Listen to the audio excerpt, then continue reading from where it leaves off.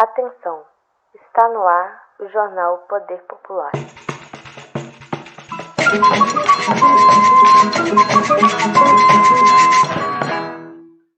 Se o marxismo é uma teoria social pertinente para as demandas das periferias, os marxistas e o marxismo estão nas periferias? Boa pergunta, Kênia. Só que antes de entrar especificamente nesse tema, só um preâmbulo rápido. Primeiro começar dizendo que eu estou plenamente de acordo com o João em refutar a ideia de que Marx e Engels seriam autores simplesmente eurocêntricos.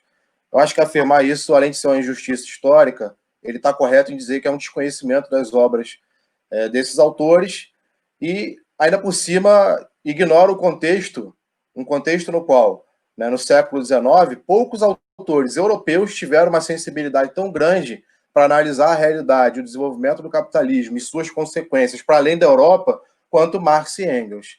Mas, dito isso, tem alguns elementos que eu queria colocar aí, talvez para apimentar o debate, talvez para provocar a própria participação da galera que está assistindo aí no chat. O primeiro é o seguinte: o próprio desenvolvimento do capitalismo muda ou torna mais complexo o papel da periferia mundial na discussão da revolução. Resumindo muito, primeiro, porque o imperialismo, como Lenin já começou a estudar, começou a esboçar ainda isso já em 1916, ele, além de ser a expressão do capital monopolista nos países centrais, contribui para alterar as próprias classes sociais nas suas dinâmicas internas. Seja para criar uma camada parasitária e rentista no interior da burguesia, por um lado, mas seja, por outro lado, também para criar uma camada no interior do proletariado, assim chamada aristocracia operária, que dificulta e muito, não é pouco, dificulta e muito a organização do processo revolucionário nos países centrais.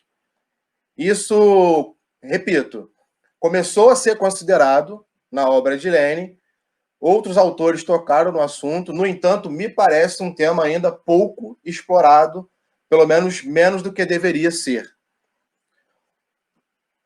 Por outro lado, ao mesmo tempo, você tem a outra face dessa moeda. Enquanto que o capitalismo, na sua fase imperialista, provoca essas alterações nos países centrais, ele contribui para aprofundar, para tornar mais bárbara, para tornar mais cruel a opressão do capital na periferia do sistema. Daí que não me parece casual que o eixo dos processos revolucionários no século XX tenha se deslocado justamente para a África, para a Ásia e para a América Latina. Então, acho que isso aí é uma discussão que a gente precisa amadurecer ainda. Estou colocando ela aqui em caráter preliminar, sem nenhuma pretensão aqui já de fechar certezas sobre esse assunto, mas me parece importante aí a título de introdução. Segundo, Kênia, com relação à questão teórica, autores aí que eu gostaria também de citar, de contribuir para esse debate. 2 livros. O primeiro, Perry Anderson, Considerações sobre o Marxismo Ocidental, meados dos anos 70. O segundo, bem mais recente, Domênico Lossurdo, um título muito parecido, Marxismo Ocidental, Como Nasceu, Como Morreu, Como Pode Renascer. Por que eu estou citando? Porque se, por um lado, é verdade que a crítica de um suposto eurocentrismo de Marx e Engels é uma crítica imprecisa, injusta e descontextualizada, por outro lado, também, nós temos que reconhecer, para responder essa pergunta, se o marxismo é uma teoria social pertinente para as demandas das periferias, os marxistas estão ou não nas periferias, até mesmo para a gente pensar nessa pergunta, a gente tem que começar, na minha avaliação, reconhecendo que não existe só um marxismo. Então, a resposta para essa pergunta depende de qual marxismo a gente está falando. Ou seja, existe uma cisão no marxismo e ela é muito bem tratada, com perspectivas diferentes. Não é à toa que eu estou citando esses dois. São perspectivas diferentes. sobre a questão da cisão no interior do marxismo. A gente não vai ter tempo de aprofundar agora, mas, rapidamente, Perry Anderson faz uma análise, né, do processo de descolamento do marxismo ocidental da luta real dos trabalhadores na Europa Ocidental, e ele se afasta, por exemplo, de temas como a questão política, a questão econômica, e embarca mais na seara da literatura e da filosofia, por exemplo. No entanto, Perry Anderson encerra o livro com algumas conclusões e algumas propostas que são inerentes à sua visão de mundo mais próxima do trotskismo, né? E o Losurdo ele faz uma crítica muito severa ao Perry Anderson, a meu ver, né, até exagerada, porque deixa de considerar que vários elementos que ele coloca no seu próprio livro já tinham sido tratados pelo autor inglês, mas Losurdo pega uma outra perspectiva, denunciando, basicamente, o grande processo que existe no interior do marxismo ocidental, que é ignorar e desprezar o marxismo e as revoluções na periferia e o seu papel. E ele dá ênfase, né, para vários processos concretos, para vários exemplos, como o próprio caso do Vietnã, como a situação da Revolução Chinesa, e ele volta até bastante no tempo, citando revoluções não propriamente socialistas, como a Revolução no Haiti, né, pouco lembrada aí pelo marxismo ocidental. Então, Kênia, feitas essas considerações iniciais, eu acho que a gente tem que pensar o seguinte, né? Não é à toa que você hoje, né, para discutir o marxismo na periferia, vai precisar colocar no debate o seguinte: pelo menos os governos que se declaram marxistas no mundo hoje estão na periferia. Então, você dizer que o marxismo não está na periferia, se você colocar essa pergunta numa escala global, né, gera, no mínimo, uma contradição. Se esses governos são marxistas mesmo ou não, a gente pode discutir. Se os países são socialistas mesmo ou não, acho que cabe aprofundar. No entanto, o que eu observo de antemão é o seguinte: existe muita pressa em desqualificar os processos revolucionários, as experiências socialistas na periferia, sobretudo na Ásia, né? E essa pressa em desqualificar, na minha avaliação, não acompanha e não é proporcional com a dedicação em aprofundar e estudar o tema, em conhecer de fato essas experiências. Tá certo? Essa é uma avaliação que eu coloco aqui para o debate mesmo, né? Para a gente conversar e se ouvir sobre isso. Agora, trazendo isso um pouco mais para o Brasil. Ora, eu tenho uma situação pessoal que é curiosa sobre isso, né? Como eu disse na apresentação, eu não sei o que é não morar na periferia. Eu sempre morei na periferia, primeiro na Zona Oeste do Rio, agora na Baixada Fluminense. Já ouvi muitas críticas de companheiros marxistas ou não, de que os marxistas não atuavam na periferia. Sempre procurei responder essas críticas de uma forma um tanto quanto até despolitizada. Por exemplo, mas eu estou na periferia.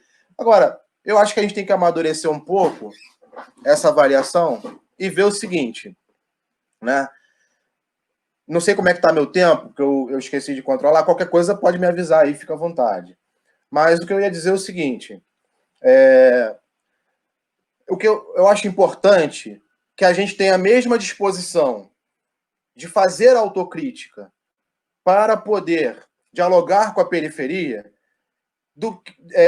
proporcional a uma disposição que existe no interior do marxismo em fazer autocrítica para dialogar com o liberalismo. Entendeu? Vou repetir. Existe no interior do marxismo, e aí a gente tem que ver se isso é marxismo mesmo. Da mesma forma como se questiona, né, o marxismo na Ásia, vamos dizer assim, o João pode aprofundar muito mais isso daí, mas eu vejo no interior do marxismo, sobretudo no marxismo acadêmico, né, uma disposição muito grande em fazer autocrítica para parecer palatável aos olhos liberais. Não vejo essa disposição de fazer autocrítica para parecer palatável aos olhos da periferia, né? E aí, eu preciso lembrar, eu não posso terminar essa fala sem lembrar que nas últimas semanas, em plena pandemia, as operações policiais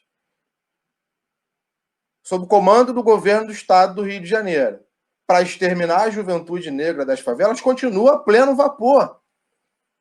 É o João Pedro, em São Gonçalo, é o João da Cidade de Deus, que estava entregando cesta básica, é a Bianca na Cidade de Deus, que estava deitada no seu quarto. Ora, se essa pauta tivesse, né, a centralidade que merece da nossa luta, será que a gente não estaria divulgando e discutindo mais sobre isso? Será que isso não seria o centro das nossas ações? Sabe por quê, gente? Eu estou aqui com uma reflexão que é o seguinte: não é exagero falar em Estado racial no Brasil. Não é exagero. E eu acho que a gente tem que fazer essa discussão pelo viés marxista. Além de o Estado ser um órgão de dominação de uma classe sobre a outra, né, na célebre formulação marxiana, né, além do Estado ser um órgão de classe, em países periféricos a gente tem que discutir, no Brasil a gente tem que discutir. O Estado é racista. Na periferia e na favela, você é culpado até que prove o contrário. Na periferia e na favela, você morre e já tem que seus familiares dar a explicação que você nunca teve passagem pela polícia e que você não era traficante. Já se parte do pressuposto que quem é negro e favelado é traficante. O que é isso se não um Estado racial? Né? Então, eu acho que são algumas avaliações, algumas questões que eu acho importante colocar nesse debate para a gente poder discutir, né, entre nós e até mesmo ouvir críticas que possam contribuir para amadurecer ideias que eu venho, né, junto com outras pessoas, levantando sobre esse tema. Nesse artigo mesmo hoje, Kênia, que eu falei aqui na abertura, né, da análise às tarefas, precisamos discutir por onde começar.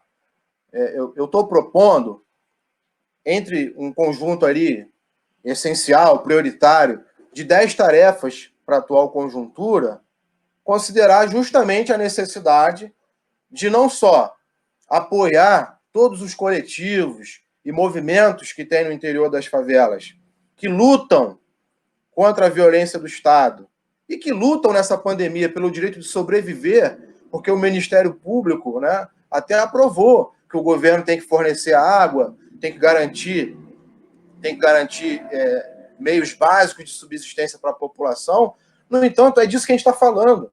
A gente está falando de pessoas que não têm sequer água.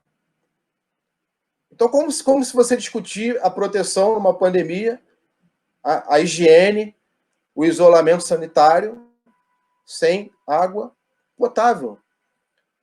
Então, na minha avaliação, se a gente não fortalecer, se a gente não apoiar coletivos que levantam essa bandeira na favela e também a bandeira, né, de luta contra o racismo e a violência do Estado contra essas populações, né, não desmerecendo outros temas de debate, eu mesmo aqui na minha fala, né, também procurei dialogar com autores, com teóricos que se aprofundam nessa discussão, mas sem uma conexão profunda com essa realidade dramática que a gente vive no nosso país, né, essa discussão ela pode até perder o sentido.